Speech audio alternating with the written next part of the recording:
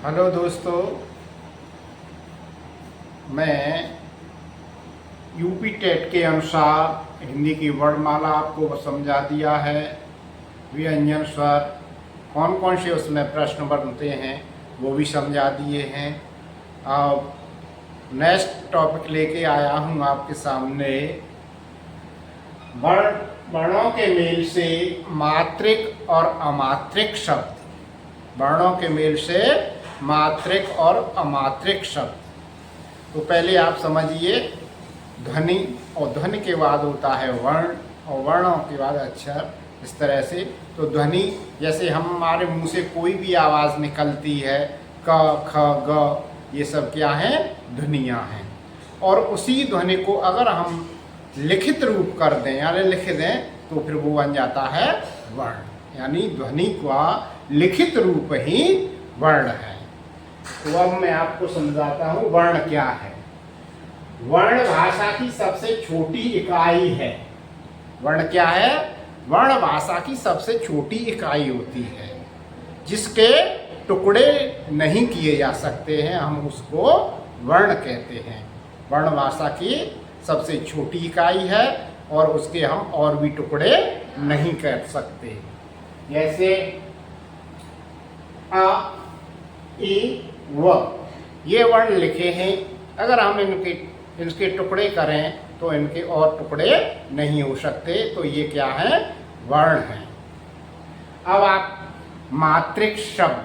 मात्रिक शब्द क्या होते हैं?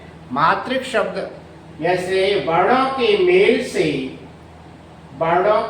से शब्द का निर्माण किया जाता है। जब आपस में 2, 3, 4, 5 वर्ण मिल जाते हैं तो वो क्या बन जाता है? शब्द बन जाता है। वो क्या बन जाता है? शब्द बन जाता है। और शब्द पर किसी भी स्वर मात्रा का, यानी कोई शब्द हो उस पर किसी भी स्वर मात्रा का प्रयोग करते हैं तो उसे हम मात्रिक शब्द कहते हैं। कोई भी शब्द हो उस पर हम किसी भी स्वर मात्रा का प्रयोग करेंगे तो वो क्या बन जाएगा? मात्रिक शब्द।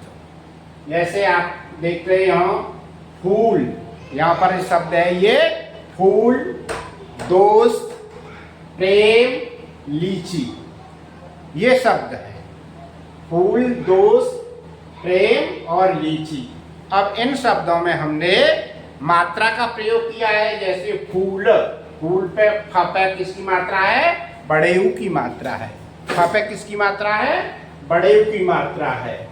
यहाँ है ये शब्द आपका दोस्त, दो, दा पे किसकी मात्रा है? ओ की मात्रा है। दा पे किसकी मात्रा है? ओ की मात्रा है। फिर तीसरा है प्रेम, प्र पे किसकी मात्रा है? ए की मात्रा है। प पे किसकी मात्रा है? ए की मात्रा है। और ल और च, ये दो वर्ण हैं, दोनों पे किसकी मात्रा है? बड़ी ई की मात्रा है। तो इस तरह से हमने इन शब्दों पर मात्रा का प्रयोग किया है। तो ये कैसे क्या हो गया? ये मात्रिक शब्द हो गए। अब सोचते होंगे आप पहचान, जैसे पहचान सकते हैं फ ऊ की, दा पे ओ की, प्र पे ए की और ल और च, इन दोनों पे बड़ी ई की मात्रा। इस तरह से हम इनको शब्दों को पहचान भी। पहले आप लोगों को मैं मात्रिक शब्द के बारे में बता चुका हूं। अब मैं आपको अमात्रिक शब्द के बारे में बता रहा हूं। जब किसी शब्द पर किसी भी स्वर मात्रा का प्रयोग न किया जाए तो उस शब्द को हम अमात्रिक शब्द कहते हैं। यानी कहने का तात्पर्य ये है कि हम किसी भी शब्द पर कोई भी स्वर मात्रा नहीं लगाएंगे तो वो शब्द कैसा होगा? अमात्रिक शब्द होगा। जैसे नगर, अलग, रजत, चमन और बचपन, ये 5 यहाँ पर शब्द हैं।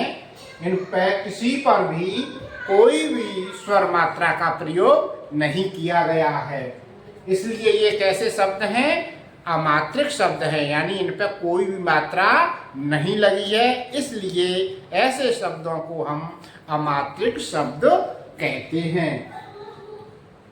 पहचान है इनकी, जैसे पहला नगर, दूसरा है अलग, तीसरा है रजत, चौथा है आपका चमन और पांचवा है बचपन। इन पांचों बने हुए जो शब्द आपके सामने दिख रहे हैं उन पर किसी भी कोई स्वर मात्रा यानी मात्रा का प्रयोग नहीं किया गया है, इसलिए हम इनको क्या कहते हैं?